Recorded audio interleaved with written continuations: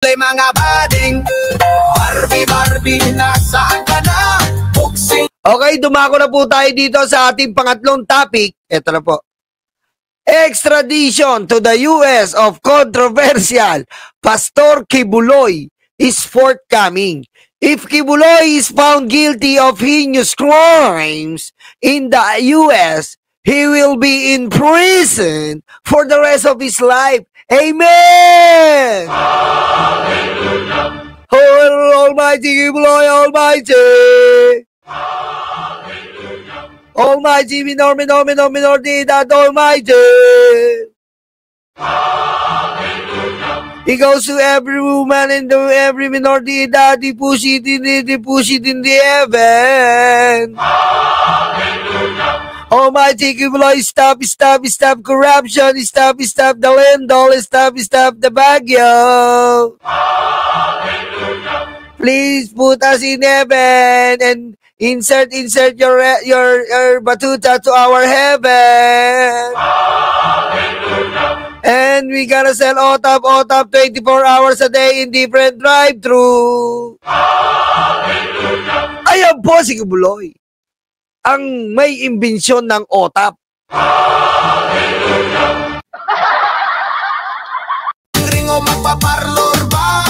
Di mo ba alam ikaw ang naggamot? Dapat handa ka baklang demon.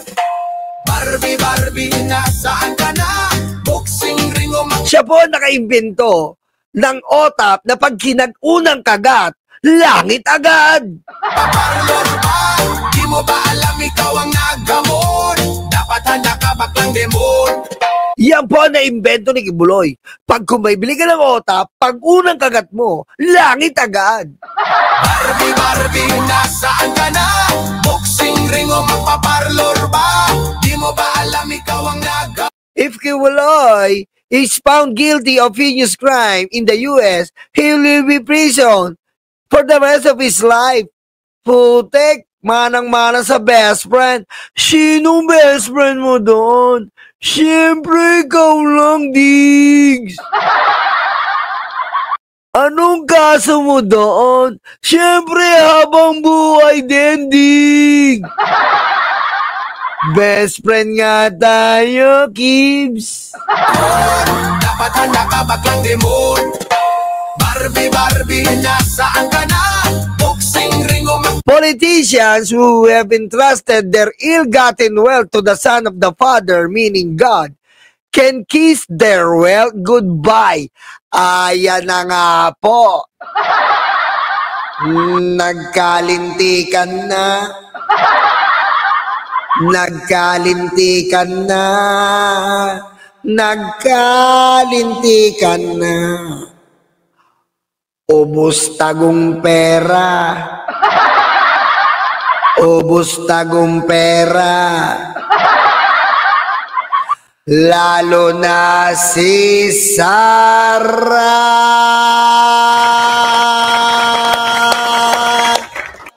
Kibuloy, ano ba to? Yung pera namin tinago mo. Ngayon sa US, lilipad ito. Lilipad na rin pera namin.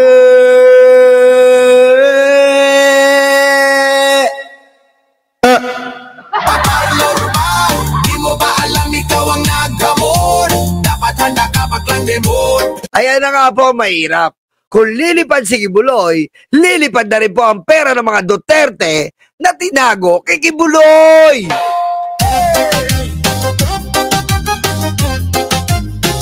How can Kibuloy, whose church has only 20,000 members, millions is a bloated figure, kalokohan daw po yung millions, amass so much wealth with such a relatively small membership?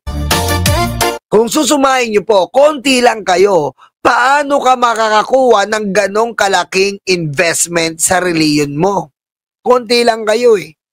Kahit magbigay sila ng tigi 1 milyon, hindi pa rin pwede.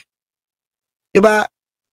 Hindi niya mabibili yung mga sariling helicopter, yung ano nila, yung malaking dome, magbabayad sa vlogger ng 1 million a month. Pero kasi po, ganyan yan. Many corrupt politicians park their wealth in Kibuloy's Kingdom of Jesus Christ since churches in the country do not pay taxes. At ang pangunahin nga po dyan na nakatago po kay Kibuloy ay ang pera ng mga Duterte. Ngayon po, pag si Kibuloy po napunta US at pinris na po ang lahat ng assets at kinangker ang kanyang mga stadium, wala na. Iiyak ang mga Duterte. Diba? Iiyak po ang mga Duterte dito. Pinag-back out na, naduwag di na sumipot baklita, natakot dito umiyak siya. Barbie Duterte ay sangdar na. Menor de edad. Menor de edad. Menor de edad si Pastor Minolesya niya. Akala niya makakalusot siya. Akala niya makakalusot siya. Akala niya makakalusot. Yan tuloy, Amerika.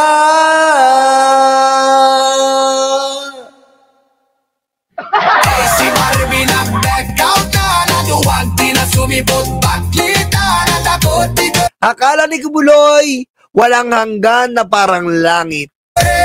Lahat po ng minor de edad, tinikman niya kahit pangit. siya. Barbie Duterte Ganun po kaayok ang pastor na ito. ay sangdar na. Ngayon po, nalalapit na siya sa kanyang peligro.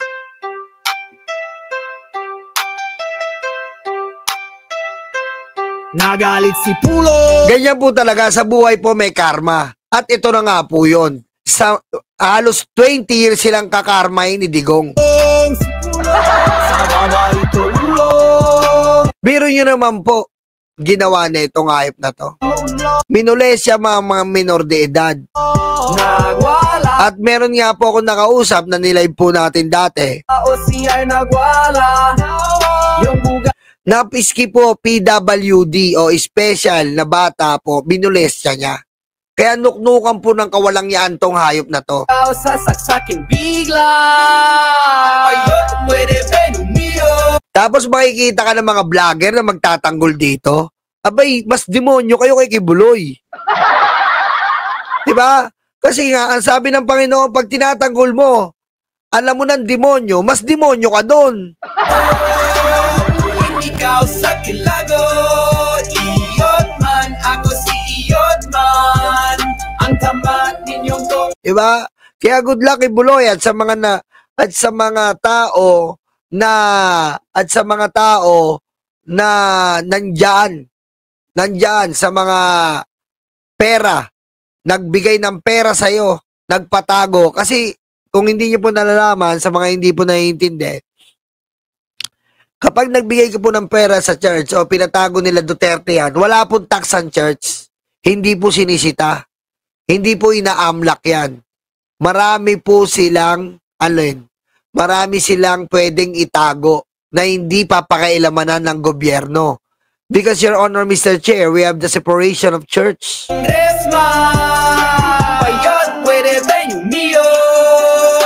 And this separation of church is protecting the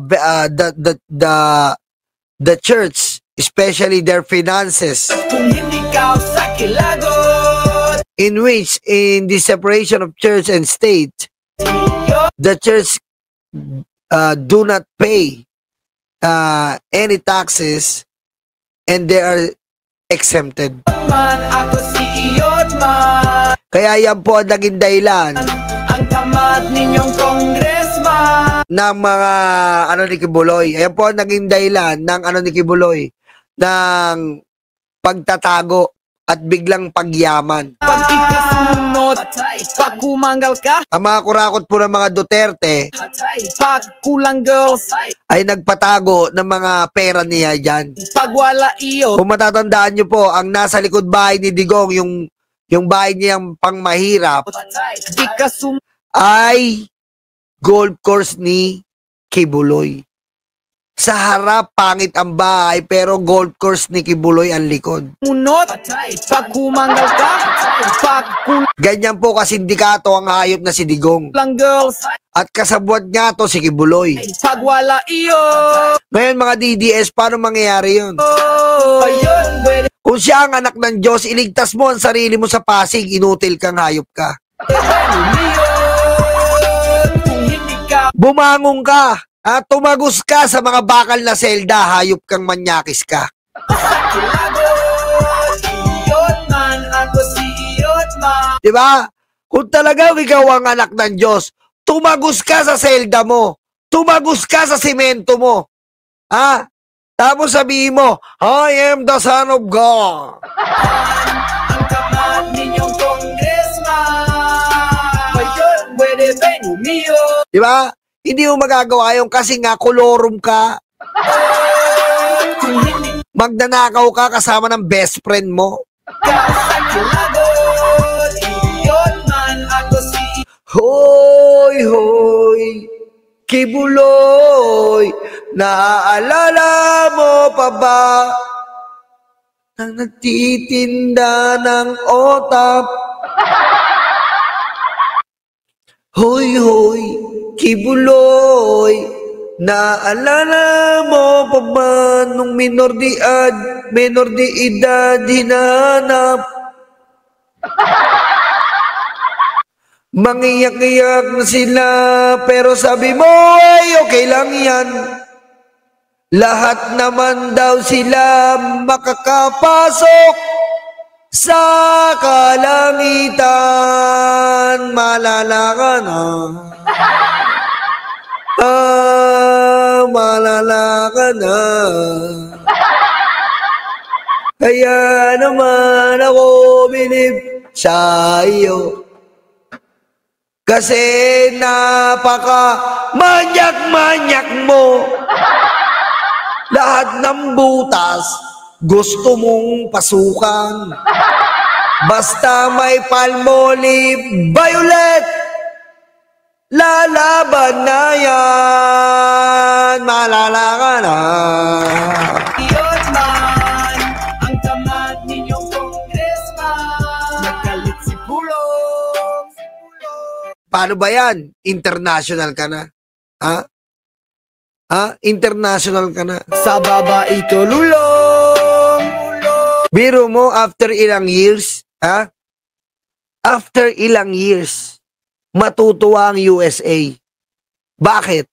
Kasi babalik na sa kanila si Apollo. Nagwala o siya nagwala. Di ba? Saan ba galing si Apollo? Sa buwan. Yung bugaw sa Ngayon, si Apollo babalik na sa US. saking big. Saan galing? Sa kulungan. Ika sumunod, tay, pag humangal ka, tay, pag kulang girls, tay, pag wala iyo, tay, ika sumunod, tay, pag humangal ka, tay, pag kulang girls, tay, pag wala iyo. And bye bye.